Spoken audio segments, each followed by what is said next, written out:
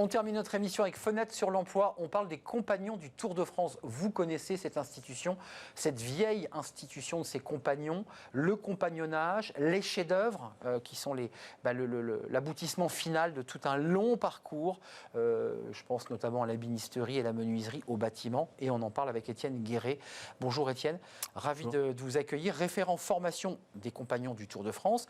Pour la petite histoire, vous venez d'Orléans où il y a un centre de compagnonnage avec un site où on peut d'ailleurs voir les chefs-d'œuvre, c'est d'ailleurs très très beau. Et vous me disiez que vous les aviez logés dans cet espace, qui est un lieu de vie, juste avant qu'on parle de votre travail de référent. Le compagnonnage, c'est évidemment des formations de très haut niveau, mais je dirais que c'est presque une philosophie de vie. C'est le principe, exactement, notamment dans le Tour de France, de pouvoir voyager de ville en ville. Et effectivement, à Orléans, nous avons au 36 rue de la Charpenterie le foyer de vie où nous accueillons 20 personnes de toute la France qui sont là pour une année Tour de France. Le Tour de France, c'est un petit peu le Saint-Jacques-de-Compostelle du travail manuel, c'est-à-dire de ville en ville. Donc comment ça se passe? Comment vous l'avez fait, vous, votre Tour de France? Très simplement. Très simplement, j'ai pu passer un premier CAP en ébénisterie dans le lycée professionnel qui est basé dans le Jura, à Mouchard. Et là, on m'a proposé notamment de partir sur mon Tour de France. Donc, j'ai commencé ma première année à Grenoble où on vivait dans un siège, une maison, où on était là plutôt une trentaine. Et à Grenoble, je travaillais chez un employeur, un compagnon, qui m'a justement retransmis son savoir-faire. Et au bout de ma première année... Ébénisterie toujours. Toujours en ébénisterie. C'était vraiment un compagnon ébéniste qui m'a justement retransmis toutes ces connaissances qu'il avait à me retransmettre. Et donc, de Grenoble, j'ai fait ma première année, poursuivi par Annecy, où là, je n'étais pas si j'ai un compagnon, mais encore une fois dans une entreprise d'artisanat qui faisait de l'ébénisterie plus visée agencement. Mais ce qui m'a permis de changer de ville, de Grenoble à Annecy, d'Annecy à Lyon, de Lyon à Tours, Bordeaux, Toulouse, et j'ai fini par Orléans, ma dernière ville. Et pour faire votre chef-d'œuvre? Alors, mon chef-d'œuvre, j'ai pu le faire à Bordeaux. À Bordeaux, effectivement, donc, qui est exposé au musée de Bordeaux. Je trouve ça extraordinaire. Le maillage du compagnonnage du Tour de France, au-delà de ce déplacement physique qui vous apprend beaucoup de choses sur la ville, sur les lieux de vie, et puis sur votre travail, évidemment.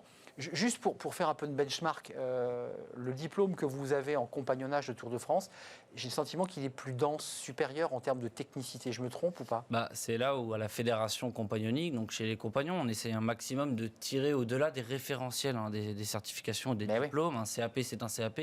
Par contre, en formation, on pousse un petit peu plus loin pour acquérir des compétences qui nous permettent de travailler en direct avec les entreprises et d'être autonome dans son métier. Je trouve ça passionnant. Vous êtes aujourd'hui référent, donc vous n'êtes plus dans l'action de l'ébénisterie. Ça ne vous manque pas d'avoir les gouges, d'avoir les outils, d'avoir... On a la chance d'avoir les dimanches pour pouvoir... Vous en faites un peu? Oui, toujours. De garder le geste manuel, ça fait partie c'est votre vie du compagnon. Effectivement. Référent, c'est quoi? C'est d'avoir la main sur les centres de formation, de faire de la promotion comme aujourd'hui, pour dire venez nous rejoindre, acceptez ce mode de vie aussi. C'est un peu, effectivement, le principe du référent. C'est-à-dire que je connais nos formations, je connais la qualité aussi des formations qu'on peut dispenser. Et donc le but, c'est d'orienter un maximum de candidats, de trouver l'orientation du candidat vers justement le métier manuel qui lui correspond. Donc dans le bâtiment ou dans les métiers de bouche, il y a du travail, il y a de l'embauche et il y a des formations qui peuvent justement y emmener. Bâtiment, ça c'est un focus important parce qu'il y a vraiment besoin en ce moment dans le bâtiment. Combien de jeunes poussent la porte de vos centres de formation? Comment ils peuvent venir pour ceux qui n'auraient pas entendu parler du compagnonnage? C'est quoi là? Vous êtes submergé de demandes ou vous êtes un peu comme beaucoup de secteurs, un peu en galère de recrutement là? On est effectivement en galère, si on peut le dire. Donc la Fédération compagnonique, c'est un réseau national qui a 16 centres de formation, qui va pouvoir accueillir au total jusqu'à 8000 apprentis. Nous, par exemple, à Orléans, on en accueille 150.